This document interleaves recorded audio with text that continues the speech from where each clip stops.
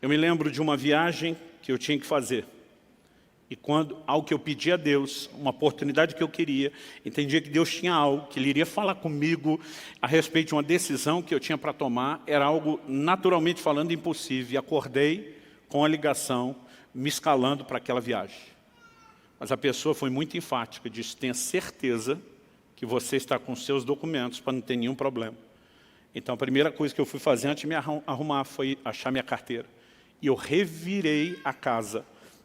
Literalmente de alto a baixo, era um sobrado. E não achei. Fui buscar ajuda com os profissionais, acordei minha esposa. Porque as mulheres têm um dom de fazer as coisas sumidas aparecer. Meu bem, onde é que está a tesoura? Na segunda gaveta da conta. Sabe? Não está lá, ela abre, aparece a tesoura. Aí chamei, falei, meu amor, preciso de ajuda de gente especializada. Eu procurei a carteira na casa inteira, cômodo por cômodo, não achei. Eu não posso fazer a viagem. Eu lembro que ela olhou e disse, conseguiu a viagem. Eu falei, consegui se eu achar a carteira. E eu não estou achando essa carteira. Ela disse, deixa comigo. Mas depois de fazer a varredura de alto a baixo, ela me olha e diz, essa carteira não está aqui. Eu falei, eu tinha essa suspeita. Agora, vindo de uma expert como você, me ajuda a pensar o que pode ter sido feito com ela. Falei, eu lembro que eu fui para o culto, isso era segunda de manhã. Eu lembro que eu fui para o culto, domingo à noite, com essa carteira. Ela falou, então talvez você esqueceu na igreja. Corri para a igreja. Naquela época a gente ainda tinha os zeladores que moravam na igreja, pedi para abrir, fui olhar, próximo das cadeiras onde eu sento, derrubei nada, pensei, eu fui no gabinete atender alguém, olhei nada, aí comecei a pensar onde fomos depois. Bom, jantamos na casa do irmão fulano de tal, fui lá acordar o irmão fulano de tal, falei, cara, eu acho que eu deixei minha carteira aqui ontem, nós demos uma revirada na casa dele, nada da carteira, e aí começou a me dar uma angústia a respeito do assunto da viagem. Eu falei, não é possível que aquilo que eu tinha tanta certeza que Deus ia me dar, me deu, eu vou perder pela falta da carteira. Então, quando eu fui saindo da casa dele, eu comecei a orar e dizer, Deus, me mostra onde está essa carteira, mas me mostra, na minha cabeça, minha fé era assim, só me ajuda a lembrar. Enquanto eu estou orando, me mostra, me mostra, me mostra. Eu assisti como fosse um filme, numa tela de cinema. Eu vi o momento onde eu estava saindo da casa onde eu morava para o culto. A casa era uma casa mais alta que o nível da rua, e a escada que descia para o portão, não o de carro, o portão de pedestre, como é que chama isso? Né? Eu lembro que era uma escada assim, torta, meio em S. E eu vi como se tivesse uma filmagem lá de baixo, pegando eu de cima. Né? Tinha chovido muito aquela tarde, tinha uma enxurrada como eu nunca vi igual na frente de casa. E para eu poder chegar no carro, que eu não tinha colocado na garagem, tinha parado na frente, eu ia ter que dar um pulo enorme. Então, eu me vejo no filme calculando o pique que eu tenho que dar naquela escada para conseguir pular a enxurrada toda. Era daquelas, se você pisa, não molha só o sapato, era pelo menos metade da perna. E eu estou ali calculando. Era um dia frio, e eu estava usando, por cima da roupa, um sobretudo. Nesse sobretudo tinha um bolso grande do lado. E naquela visão, naquele filme que está passando, eu vi a carteira que eu usava na época, a turma chamava antigamente de capanga. Agora a gente vai saber a idade de quem, dependendo do jeito que a pessoa ri. Tem uns que ri de lembrança, tem outros que ri de que coisa ridícula. Mas era um negócio que a gente botava um talão de cheque. Bom, quem não sabe o que é capanga não deve saber o que é talão de cheque também, né? A gente botava ele inteiro, aberto, sem dobrar. Então era uma carteira enorme. E eu tinha colocado ela no bolso do sobretudo. Mas apesar do bolso ser grande, a carteira era enorme. Ela está assim, quase metade para fora. Eu estou vendo tudo isso na visão. E eu vi que a hora que eu desci correndo e dei o pulo, o movimento que eu fiz com a perna direita bateu do lado de dentro, no sobretudo. Pensa num filme assim que deu zoom na carteira. Né? A câmera deu um zoom e eu vi, naquela hora, pelo lado de fora, a carteira sendo ejetada, projetada para fora. Mas aquilo foi tão nítido, eu simplesmente vi ela sair do bolso, era que começa a cair, sumiu a visão. Eu corri para frente de casa. Falei, deve estar lá ainda. Né? Eu morava assim, literalmente no fim da linha, o meu bairro. Era uma esquina que virava para voltar na outra rua, não tinha mais quase nenhum movimento, a não ser os moradores. Falei, a carteira deve estar ali. E quando eu cheguei, comecei a procurar, nada da carteira ali pela calçada. Pensei, algum vizinho achou, pode jogar no quintal, nada. Olhei caixa do correio, nada. E de repente eu falei, não, eu tenho certeza que eu não inventei aquilo. Falei, Deus, eu quero ver o fim do filme. Eu falei, o filme parou antes de eu ver onde a carteira caiu. Eu quero ver o fim do filme. E de repente aquilo voltou como se tivesse pausado, aquele carteirão no ar. E alguém deu play. E eu vi exatamente onde a carteira caiu.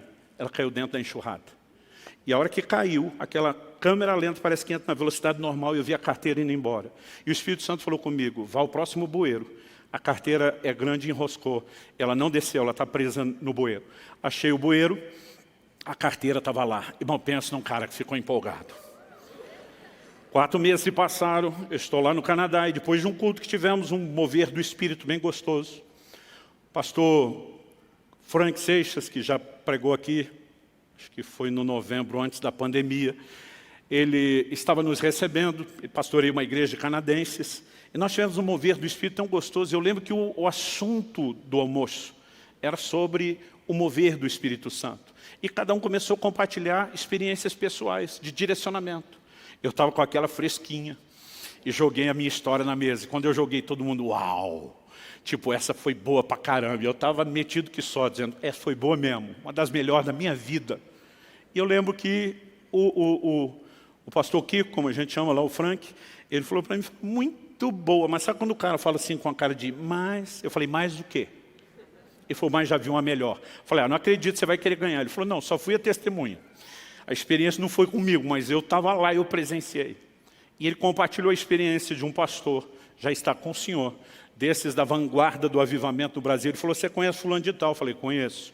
Já encontrei o velhinho, muito aeroporto rodoviário e muita igreja por aí. Ele falou, pois bem, ele foi uma das pessoas que levou a nossa família, a nossa igreja, a experimentar o mover do Espírito Santo.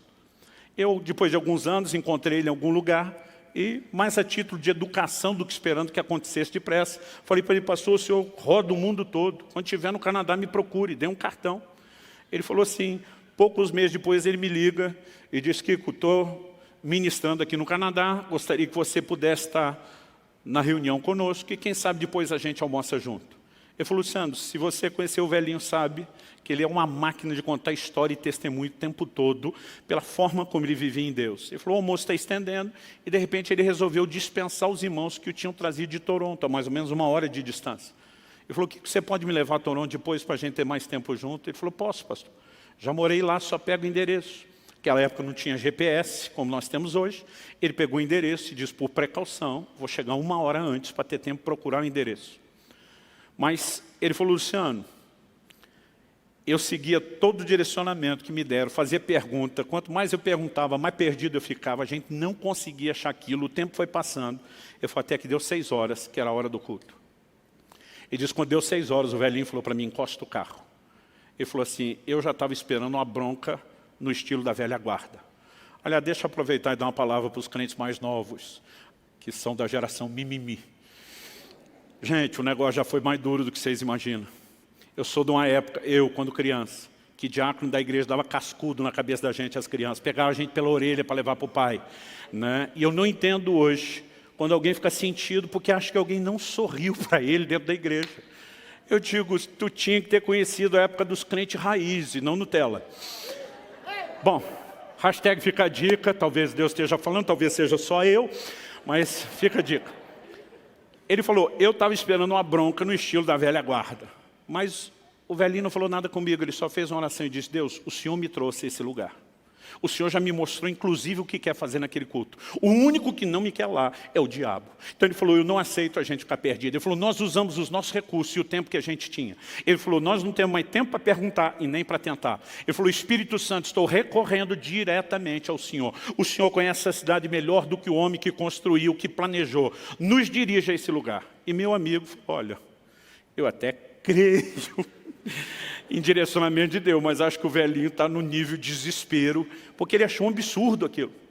Mas o velhinho falou para ele, agora segue em frente, vira para cá, vira para lá. Ele falou, Luciano, nem se o caminho tivesse sinalizado.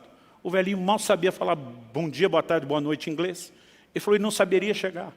Mas nós dirigimos alguma coisa em 10, 15 minutos, foi rápido.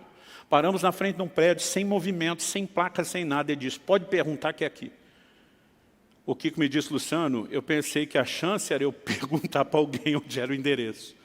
Ele falou, mas quando voltei para o carro, voltei com as pernas mole, né, porque nós estávamos em frente à igreja onde ele ia pregar. Depois eu descobri que o movimento era todo pelo fundo,